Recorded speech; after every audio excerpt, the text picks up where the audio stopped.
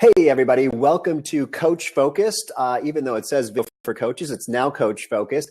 And today I'm really excited that I've got Michelle White Hart with me. Michelle and I met down in LA a month or two ago, and we're doing very similar things in terms of working with coaches who wanted to use video.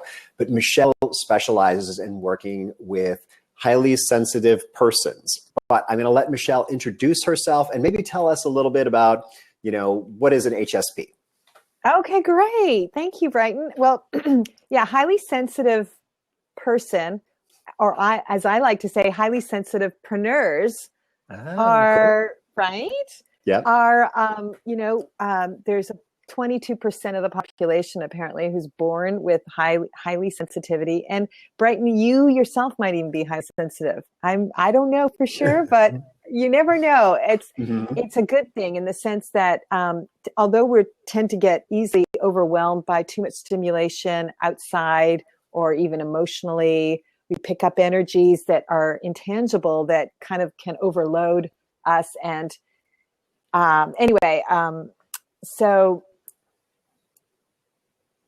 but these intuitive skills are really amazing to be able to really know what feels right and to operate from that place, to really be picking up what we're picking up and then operate from that way. And that's really good with clients. It's really good with sharing vulnerably and just sharing just openly about vulnerable stuff. We tend to be sensitive emotionally, and if we don't block it up and we actually share it, it actually benefits a lot of people. People get a lot from it. So, and we have superpowers just like everyone else. We might cry a little extra, but yeah, my wife will tell you I cry a little extra. You do? Okay, so yes. I think you're one of us, Brighton. There we go. Good. Yay. Well, it's interesting because I wonder if coaches are more likely to fall into this realm because maybe you could give us a little more of a definition of specifically what is a highly sensitive person so that people can kind of put themselves in that. Okay. Yeah. So let's go start with that. Great. So a highly sensitive person is one who is very sensitive to the environment, colors, textures, energies, temperature. And so all that data floods in and has to be processed. And so we can pick up what people are feeling even before they know it sometimes. And then we can wonder, is it us or what's going on? We're getting all this information. Is that helping? Yeah, I think so. And actually, we're getting a question. Okay. What is your website? So could you give us that, and I'll type it in here. Okay, great. It's MichelleWhiteHart.com. Thanks for asking, Donna, the coach. Yes, and I do think a lot of coaches probably are, drawn to that, to this field because we like depth. We're deep people. We connect with people emotionally. We care about people tremendously, very empathic. And okay. Sorry, Michelle, I'm having trouble popping up your website. So let me just get it over here. Oh, it says page not found. I wonder why. Because I've been there before. I was there just earlier this morning. So let me just cut and paste it. Maybe that is going to be okay. Of course, that. I see Blab has evolved since I was last on here. Yeah, it's pretty cool. You can add websites and YouTube videos and screen shares. Page not found. It's MichelleWhiteHart.com. It is. For some reason, Blab doesn't like it, though. I'm going to click to view and see try it. Maybe I'll try it just for the heck of it. Do you have to do HTTP first? Maybe that's it. I think I'm going to try. I wasn't. I wonder if that. We're going to learn Blab together. We're going to learn Blab together. Heads up, drop-ins won't show in recordings or audio archives. Yes, but we're working on it. Okay, great. So it's HART. HART. Yeah, I'm having the same thing. Yeah, interesting. Oh, and it's Donna, the coach, typed it in though. Oh, she's saying Michelle White Hart is for yes. You've got an E in the heart, Donna. There's no E in heart for me. I'm just an E-less heart. Okay, cool. I'm going to try Okay. clicking on There, it you did now. it. From I see it, Brighton. there, It let me hit works. open. And now it opens. So yeah, Blab is a ever evolving thing here. So, and of course, well, it just won't show through Blab for some reason. But if anyone were to click on that, it actually does work. It does work. So, And Donna's saying that it works. yeah. Okay. Great. Sorry. Little Blab fun there. I think the day that Blab removes that little beta from their software, it's probably been out, for like a year now, and they just keep adding features and, saying, oh, it's just beta. So Beta. Anyway, so highly sensitive people, let me just kind of recap. So, more sensitive to the environment. So and loud people. noises and people. And good. touch and stimulation, like all the senses are completely sensitive. And so it's got its positives and its negatives, because we can easily get overwhelmed, or we can totally tune into subtleties that are almost imperceptible to others, but are there. And when they get spoken and pointed out and addressed and nurtured, then it's like, oh, vistas open for everyone. Cool. Very good. Okay. Well, this show is definitely attracts more coaches. So I want to go into, we kind of mentioned already that coaches, are probably more likely to be highly sensitive people, just because they'd be drawn to a profession where they would connect with people. Exactly. Because that seems to be one of those superpowers. And I love the idea of people having superpowers. I also talk about video sharing sites having superpowers. So it's like, oh, Vimeo's superpower is this, and Facebook is this, and YouTube is this. So yeah, well, let's, kind of talk about why you chose a niche that is HSPs. Okay, great. Yes, thank you. I had a niche that was, my sister and I used to compare ourselves to Diana Troy on Star Trek, being an empath alien. Awesome. Yes. Donna. Okay, great. That's so great. Yeah, I didn't know about the term until recently. And when I heard it, I mean, light bulbs just went off all over me. And I was like, oh, this really makes sense why I'm so into visibility, sensitivity, and the difficulty on the technical.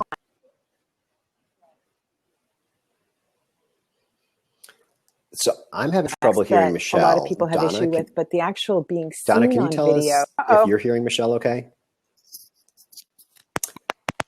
I think it's the connection, but it could be the connection on my side. Sporadically. So it's good right now. I think it's just maybe a slowish connection. So if you could back up and let us know that again, kind of why you chose. Sorry about that. You're back now. And then thank you, Brighton. And the minute you don't hear me, please do this. Sounds and good. I'll just That's good, because something. sometimes, once again, with Blab, we don't know if it's me not getting your signal or you not broadcasting your signal. So I always wonder, like, sometimes I'm like, oh yeah, this person's not working. And then the commenters will be like, it's working just fine. So, okay, now we know I seem to be getting the same thing that our audience is getting. So head into why you, I think what we were talking about was why you chose that niche. Yeah, I chose the niche because when I found out about highly sensitive people, I realized this makes so much sense about why I have struggled staying consistently visible in my business, or have the strength to keep showing up after being really visible, because that can knock me out. And just so many aspects of my life, I was like, oh my God, there's 22% of the population is also struggling with this. Well, I can now help myself and others by using this in the niche and marketing with it and talking about it and sharing about it. And I just think so many people, if I didn't know about it, I know there's so many who don't know about it. And it totally impacts how you do your business, knowing that you're highly sensitive, because you can just be really hard on yourself about it. And it really makes a difference once you realize it can actually be a superpower. Yeah, I love that. Well, is it safe to say then highly sensitive people are more likely to be introverts, or is that not quite? Okay, good question. Really good question, because my tendency is to think that more introverts will be highly sensitive, but I have many extroverted, highly sensitive colleagues. And I'm realizing, and it says in the book, there's a book, by the way, by a woman who coined the term, a therapist, psychologist, who Oop, looks like we're losing you. Okay, we'll give a second for Michelle to come back.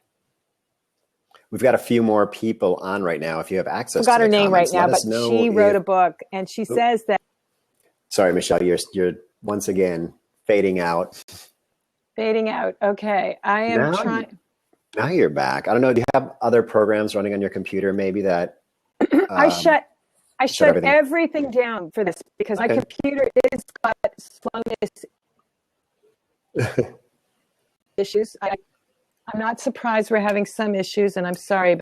Yeah, well, Donna's saying she's hearing your audio, which is, I think, how Blab is supposed to work. Cable, They're I thought, supposed to would cut help, out video so that people can still have the audio at least. But it seems to be freezing both. But you're back now. So, back up a minute or so. And, so, sorry, I'm so concentrating on the... this was the introvert versus extrovert. And actually, Donna, the coach, is saying that she's an introverted extrovert. I love that because I think I'm an extrovert that, has my introvert moments, I guess. Last night, I was having one of those. If anyone's here who I was supposed to be out with last night at 2 different events, I was like, no, just ain't happening tonight. So, oh, well. Well, exactly. And this is what I love, Donna, that you're bringing up, that you can be kind of a bit of both. But one of them, when you're highly sensitive, you're going to act a bit introvertish at times if you're an extrovert. And if you're an introvert who's a highly sensitive, you have totally the potential to be extrovert. Like I'm more extroverted right now, but I am an introvert. You might not know that I'm an introvert because I'm making videos and all that. And that's why I like video so much. Perfect. No, this is great. This is good transition. Jumping the gun. I don't know if you want me to go there just yet. Oh, you paused recording, by the way. No, it's the button to pause. It says so on my side. Yeah, up above. That's okay. Sorry, scared me for a second. I've seen people do that, and I'm like, oh my God, did I just do it? I'm sorry. I'm like, oh no. So, yeah, the reason why I love video for highly sensitives, whether you're introverted or extroverted, is that you get to be all by yourself when you make them.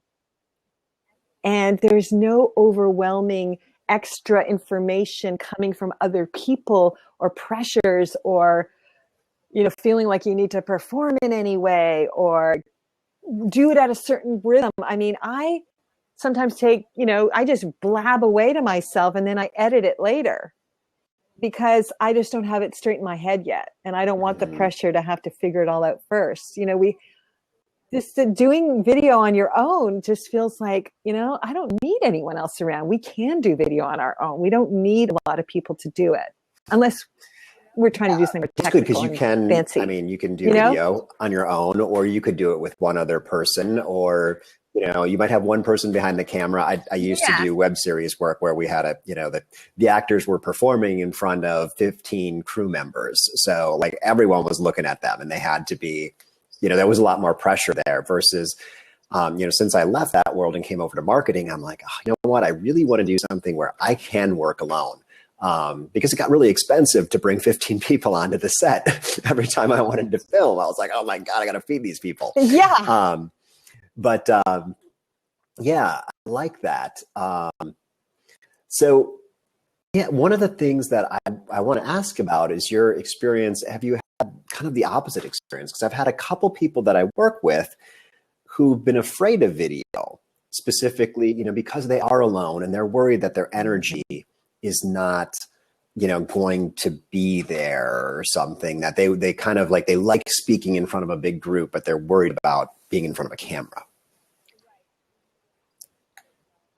Right. And I do work with those people as well. And that's why live stream is better for some people when they're starting out, because you do have people to respond to you, like us right now. You and I are doing it together, and there are people watching us. So there's energy I had a client who was an amazing speaker, actress, performer, live theater, speaking in front of thousands, lots of people, and very emotional and like very present.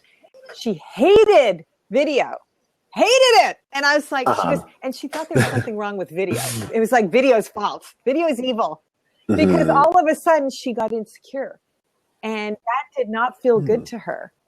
And so I had to work with her, and I had to say, is it okay that you're an amazing performer over here and you can do all these amazing things and people are like drawn to you and you have a following?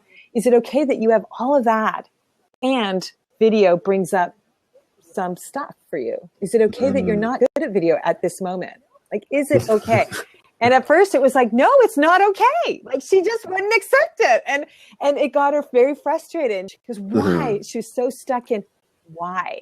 And I'm like, the truth is that when you do something, we're not good at everything. We're just not. And so when we do something we're not good at, our insecurities have a chance to have a really loud voice. And if we're not used to being not in our strength, and we're always used to being like center amazing of attention, then video is going to bring up the little cracks where you don't feel so great about yourself. And when you get through it, it's incredible. There's transformation. And the first way to get through it is to just go, wow, I don't like doing this and I actually need support. Yeah. Well, that's interesting, because I think about my transition, 20 plus years behind the camera, to the point where I realized that I actually needed to turn the camera around. And that was really, really hard for me. But it was a movement from where you're comfortable to, or where you're uncomfortable to becoming comfortable. And it's interesting that people who've been on stage so much, they probably didn't start out on stage super comfortable, but they got there. For some people, that's able to translate over to video, no problem. And they're like, snap, yep, this is just like being on stage. But other people, it's a whole different skill set. But they expect it to be the same. And they're like, you know what, I can't do this because it's not the same as the thing that I'm good at. And it's like, well, you weren't good at that thing either until you got good at that thing. But I like this idea of, I'm a big fan of Blab, obviously, because we can talk back and forth, because there's a number of us here now. Looks like there's at least 8 folks in the audience, and some of them, Donna's definitely commenting. I'd love to hear from Gina or Dolly or John. There's a few folks out there. And then there's these +2s. I'm not sure who these other people are. It tells us that there's extra people. And if there's people watching on my website, hey to you guys, I don't even see you guys at all. So I'm learning this. But Blab allows us to go back and forth. I've tried Periscope, and I've tried Meerkat, and I've tried Facebook Live. And they are similar in that the live chat is there, that you can see people talking back to you via chat. Right. There's not an actual person there. And that's really hard for me. And some people are so comfortable just picking up their phone and talking to it. But I really like that there's another person that I can see. So Brighton, when you do all your videos, which are awesome, I love your videos. How do you do those with other people around so that you don't feel it's so interesting that you mentioned that, because I film those on my own. Most of them, if I'm looking at the camera, I'm probably talking to a teleprompter. So I use the teleprompter. Yes. You use the teleprompter. So, and for those of you who are thinking about a teleprompter, I just posted a video this week comparing my old teleprompter and my new one. And these are actually things that use an iPad. So this is, a teleprompter, like a real one. They're pretty expensive, but you can get this, you can get things that just kind of adapt your iPad. And they're great. They make it so much faster for me to make a video. Some people like them, some people don't. But But Yeah. yeah, so I think I've just gotten over that when I'm doing something that's recorded. But I have, right, And very focused, like you've got your script. right. You're And not it's improvising.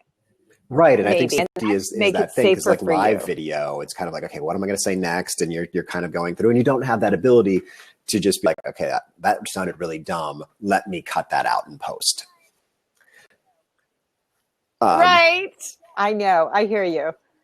And yet, it's just amazing. Like, we are so unique and different. You know what I mean? Like, it's not everything appeals to everyone, and thank God there's all exactly. these different And especially with video right now. I mean, we've got blog. You know, if you want to be a typer and you like copy, the blog is great. If you want to do a podcast and have audio, that's great. And then, you know, with video, it's like, okay, so we've got Facebook Live video, we've got YouTube video, we've got website video, we've got Vimeo, we've got Wistia, and it just kind of goes down the line. And actually, I was trying to put together a post about this. And I found like 11 different ways that coaches can use video. And I'm like, wow, this is, and I just kept coming up with new ones too. And I'm like, okay, I need to stop. But it is a great, powerful tool. And it seems like if it is a tool that's going to match your purpose, whatever you're trying to accomplish, there's probably a piece of it, one of those platforms that will work. And someone asked about my podcast. So if you go to authenticwestfilms.com, it's actually video. I think it's down lower right now. I took it off the homepage, but you can see some of those episodes that are video episodes that are posted on YouTube. I'm a big fan of YouTube. But yeah, let's see here. So I'm just kind of glancing through the topics here. But yeah, oops. I'm just like clicking buttons here. So Gina said that she likes the human interaction idea. I totally agree with that, Gina, of having two people on screen, especially when it's live. Like, when it's not like this morning, I shot a couple videos. Yeah. They're actually running as YouTube ads. They might be running right now as YouTube ads. I've been playing with that more. Oh. And each one took about 3 takes because I did the script a little bit. I was like, that doesn't sound quite right. The first one was really jumbled and I couldn't remember which way to point for the button. So I had to record it pointing one way for one and then pointing the other way for the other. So it's just, it's a rough life. I just flip it in the editing. Yeah, I thought about doing that, but then I was like, okay, then my part's going to be on the wrong side. I know, it's going to be different. See, I'm much more imperfect. Mm-hmm. I, for some reason, like I worked, 20 plus years in editing, and now I feel like I get to edit my own stuff and be as imperfect as I want to be, Like for me, it's a liberation to be imperfect. And so I do jump cuts like crazy. And I don't care if I cut off a bit of my word. I just I'm going for the energy. Yeah. And, that's because I was never really meant to be technically minded with it. Whereas I know you have your videos are gorgeous. Thank you. And there's room for all of us. And I like that too. And there's platforms for all of us. Like, I mean, Facebook Live does not allow you to edit. Periscope. No editing. Same thing with Blab. There's platforms that are very specific. You ain't going to edit there. YouTube can kind of go either way because there's room for it and there's room if you don't want to, or you can be. I see a lot of people who are just cutting the beginning and the end of their video. That's the extent of editing, is just that point where they're just like, okay, there's the, button to start and stop. They just cut that out, which is fine. So there's lots of options out there. So Matt Mawhinney does editing, and that's great for coaches to have as a service if they're scared of editing. Interesting, Matt Mawhinney. I know Mark Mawhinney, who is a coach. I don't know if this person's related to Mark. Do you know Mark, Michelle? Mark's brother. I don't. Yeah, actually, Mark. Oh. I feel like I give so many shout outs to Mark, but here's another shout out for Mark. Mark Mawhinney runs something on Facebook called the Coaching Jungle. So it's great for coaches. I think there's 1,500 or 2,000 coaches in there now. But it's a place for coaches to kind of go back and interact with one another, ask questions, kind of talk about what's going on in their life, what tools they're using. So it's a great Facebook group. And Mark definitely uses video. He was actually, I believe, the first interview I did on this Blab. Oh, so good. Mark's a great guy. So Mark, Natural Born Coaches. Yes, thank you very much. That's his. He has a podcast. He coaches coaches, and he's got that Facebook group for coaches. So definitely check out Mark. He's Canadian, so he's got a little bit of that accent. Me too. I'm Canadian. But you don't have the accent, though. I've been here 25 years. Been in LA for 25 years. Yeah. So I'm a Canuck. I'm still a Canuck. Whereabouts were you from? What side of the country? The east side, Toronto and Montreal. Cool. Yeah. I got the French in me. Very good. Yes. So let's see here. So going back to video and coaches, and feel free to ask questions here. We've got a number of people out there in the audience, so we'd love to hear from you if you're a coach or if you're not. If you have any questions for Michelle about HSPs or video. But so maybe you can tell me a little bit about your typical clients and kind of what's your relationship with them and how do you help them out? Well, a lot of my clients are on the introverted side. Some of them are extroverted, but have that sensitivity, real sensitivity. So they're HSPs. They all tend to be HSPs. And they don't realize how amazing they are. HSPs can sometimes just feel like they're not measuring up because they're not moving as quickly. They don't have the amount of fame as much as other people. Often HSPs don't come off as confidently as some people do. And yet some of them do. I'm not going to generalize here. Can Michelle speak about the invisibility challenge for HSPs? That just looks really good. Do you mind if I just switch to that? You mean like needing to be invisible at times? Because that's the thing. And I don't know if you feel this, Brighton. We all only have a capacity to be on. We can't be on all the time. And so I've realized that when we are, I call it hiding behind your laptop, but sometimes that's actually conscious retreating. It's like conscious invisibility that's essential to rejuvenate, so I call it the Cloak of Invisibility. It's a superpower. It's like you get to decide when it's time to be seen and when it's not. And like my sister, who's more extroverted, was telling me she felt invisible when we were growing up because I would get attention for being an A student. And so she would then go, and me? Like as a joke, like, hey guys, remember me? And then she'd get humiliated by my father, but she built the muscle of asking for attention and not stopping herself. Whereas I grew up thinking, you ask for attention, you are childish, you are needy, it is not strong. And so I have less ability to ask for attention, which is essential. It relates to being in business. You've got to ask for, let them know that you're offering a sale. Like, would you like to work with me? The visibility goes into asking for money. Yeah. So that's like a double whammy there, because most people are uncomfortable asking for money, and add on top of it that, not only the fear of asking for money, but the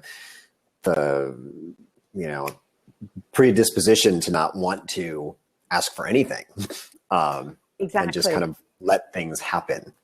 Yes. And so Donna is coming out of your comfort zone, and for some it's a real challenge. Yes. The whole HSP thing is you've got to realize that it's going to be hard to come out, and yet it's going to be so satisfying to share your voice. Like the world needs your voice and what you have to say.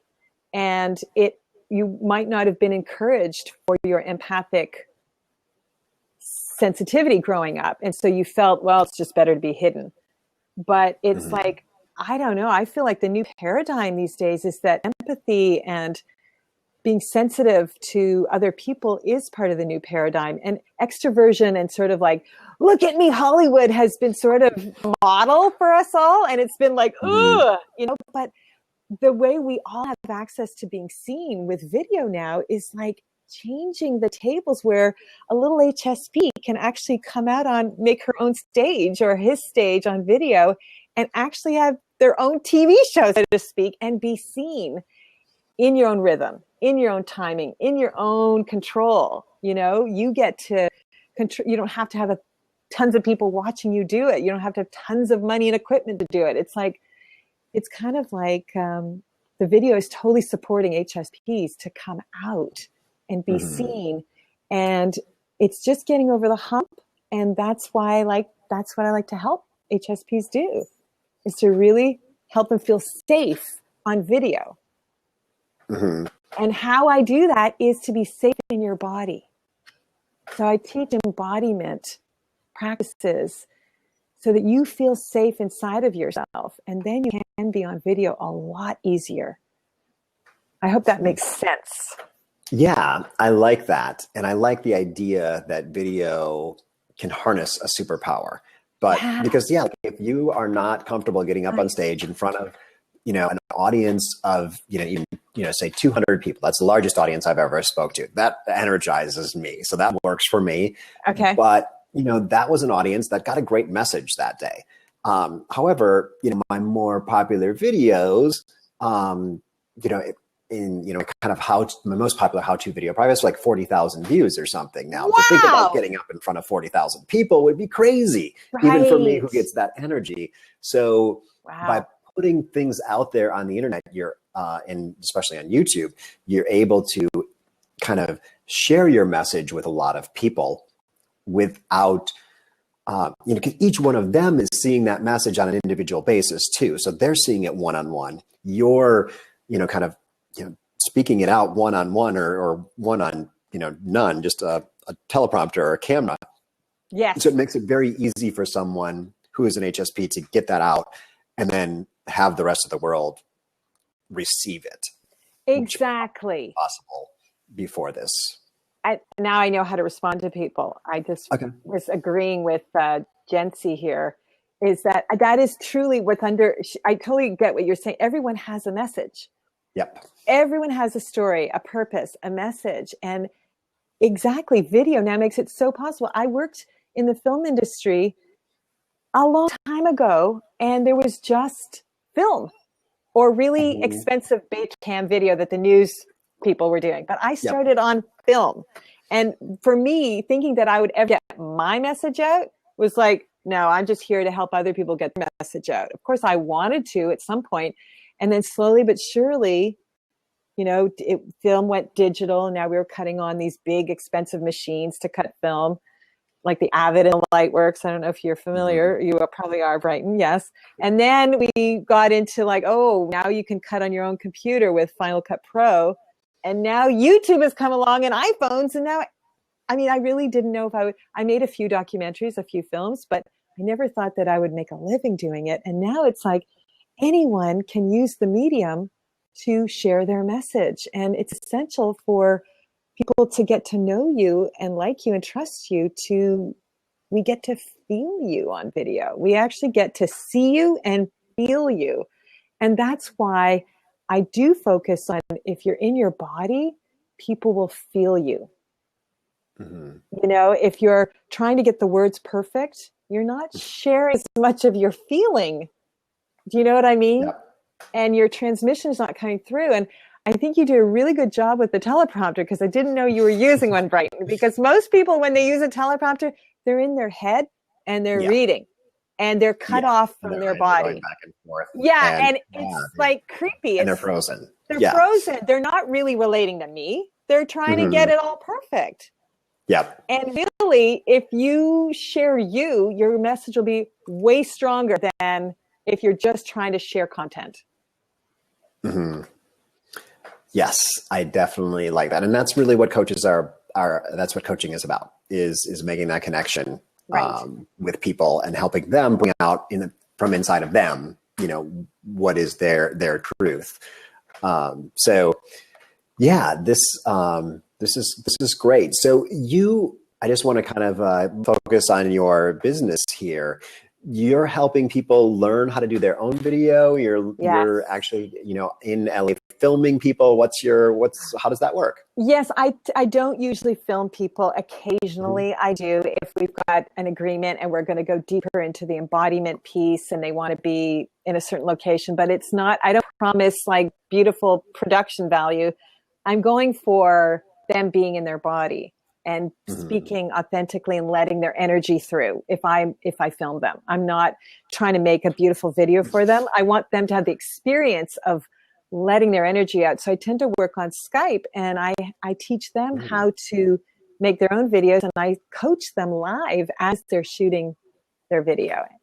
I help them get clear on their message. I help them get what their superpowers are because I want them to be in their confidence and feel really good about their message. And we need help sometimes to know that our message is good enough. We tend to think, it doesn't sound as exciting. And it's like, well, it's coming through you. So it's going to have your energy. And that is exciting, believe it or not. To your people, your message is exciting if you share it from yourself.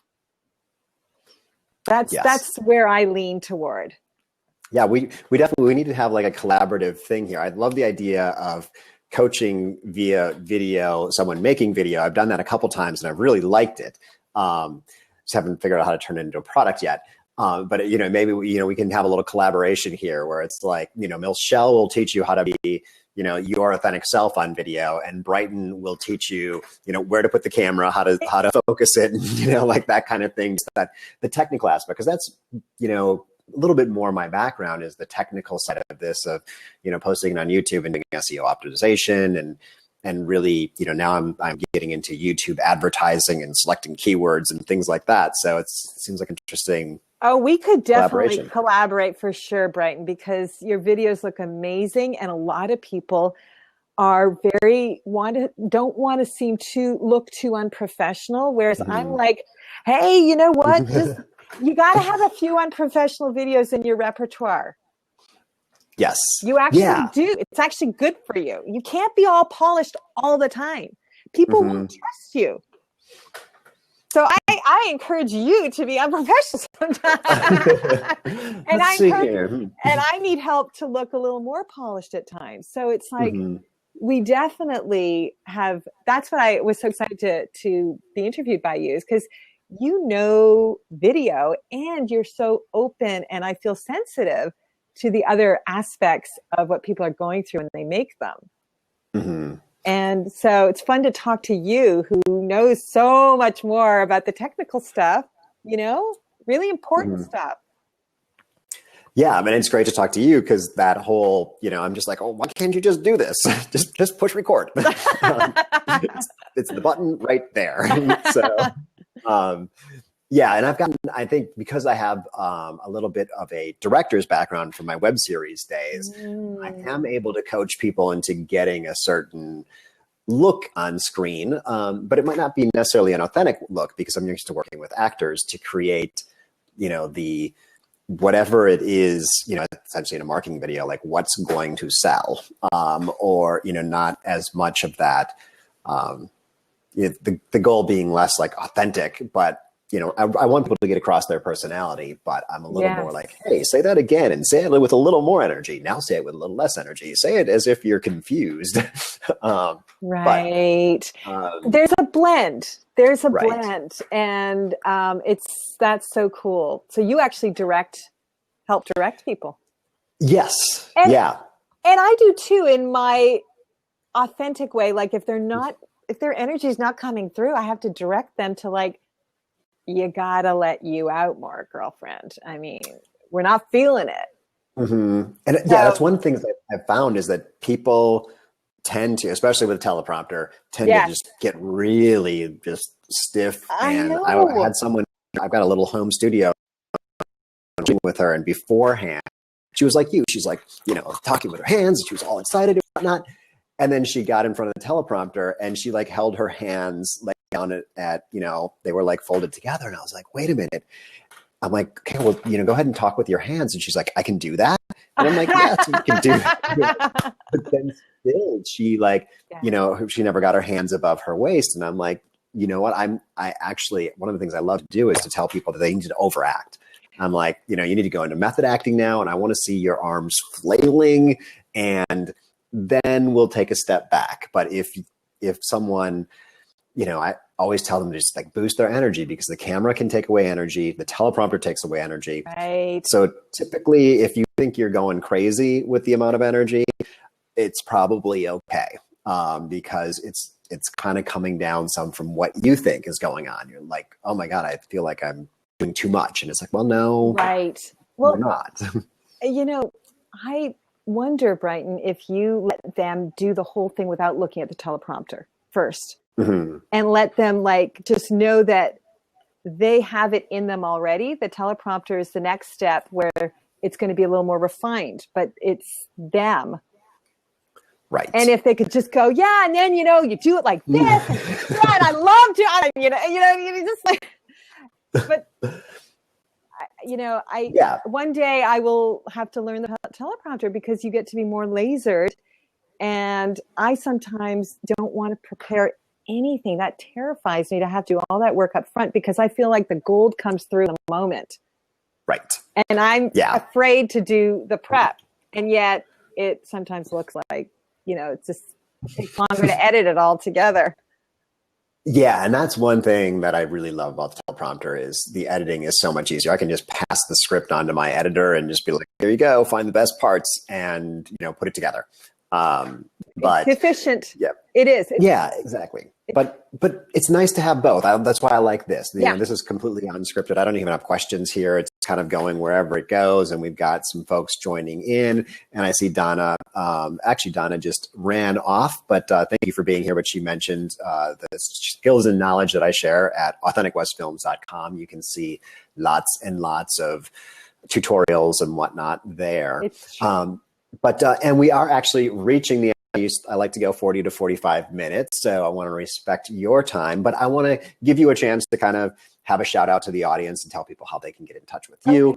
And I think I'll put your website back up there if you want to go ahead and sure. Thank you. Give yourself a shout out. Yeah. Thank you, Brighton. This has been really, really fun. And because I focus on visibility, I do have a free gift on my website. If visibility, Perfect. There's ways to incrementally build the muscle of being more comfortable being visible, like not feeling like it's bragging, and not feeling like it's like, oh, look at me, and needy or bad, or don't look at me, or there's just so much going on for us around being visible, and being visible isn't just on video. It's even sending emails to your list is being visible, using your voice, whether writing, verbal or on video. Our voice is just as much a part of our visibility. And so I've got a free gift on my website at michellewhitehart.com. Thank you for posting the link. We had it up earlier. And I would love to give that for anyone who is struggling with, doesn't want to just splash open into being on video and wants to take some baby steps and build the nervous system. It's like our nervous system needs to shore up to have the strength to be seen sometimes. So, yeah. I love that, because a lot of people are so afraid to start. Yeah. And actually, that's my favorite quote. Some of you might have heard me say this before, is that if something's worth doing, it's worth doing poorly. Nice. And the idea being, it's like, you know what, you got to start. And especially with YouTube it's my favorite. No one's going to watch your first video anyway. So go ahead and post it. And it's actually kind of fun. If you go, I'm a B schooler, so big Marie Forleo fan. She has her first video still on her channel. Yes. 5 or 6 years later, you go back and she's sitting in her sweats on her couch with her laptop or her iPad or something. Yes. And it's like, wow, you can see where she's come from, and it's kind of fun. Yeah. It's kind of, it's authentic. It's authentic. And yeah. So go ahead. Even if you want to pull those videos down later, go ahead, post something. I love the idea of the, kind of visibility growth, incremental growth. Exactly. So, And Brighton, I made a video exactly about that because I had a friend going, how do I deal with being such a scaredy cat, stiff person, adolescent on video? And I said, and I was searching for some reason, found Marie talking about her progression and showing that clip from her video and saying that the progress, people love to see you progress. And knowing that you're going to be getting better, it's like people are going to get to go with you on your journey. So I love that you said that. I totally agree with you. Yeah. It's awesome seeing her first video. Very good. Yeah. So, well, I want to wrap up here, Michelle, but I'm sure we'll be chatting more with each other. And hopefully I'll make it down to LA sometime soon again. That would be awesome. But well, thank you guys all for joining us. I see we've still got a few people here.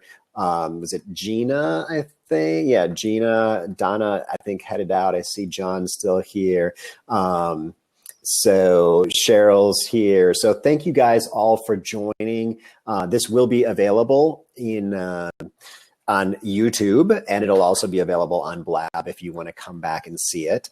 And I just want to put in a plug for next week. So 1 week from today, we'll have another coach, actually, who is doing coaching for teens. So he's working with adolescents, and he's using video because video is such a great tool for that teenagers. I mean, that's how they consume the internet, is through video. So that's Morgan Rich, and he'll be with us next Wednesday at 10 a.m. Pacific time. So thank you guys all for being here, and we'll catch you next week. Thanks, Michelle. Thank you, Brighton. Bye.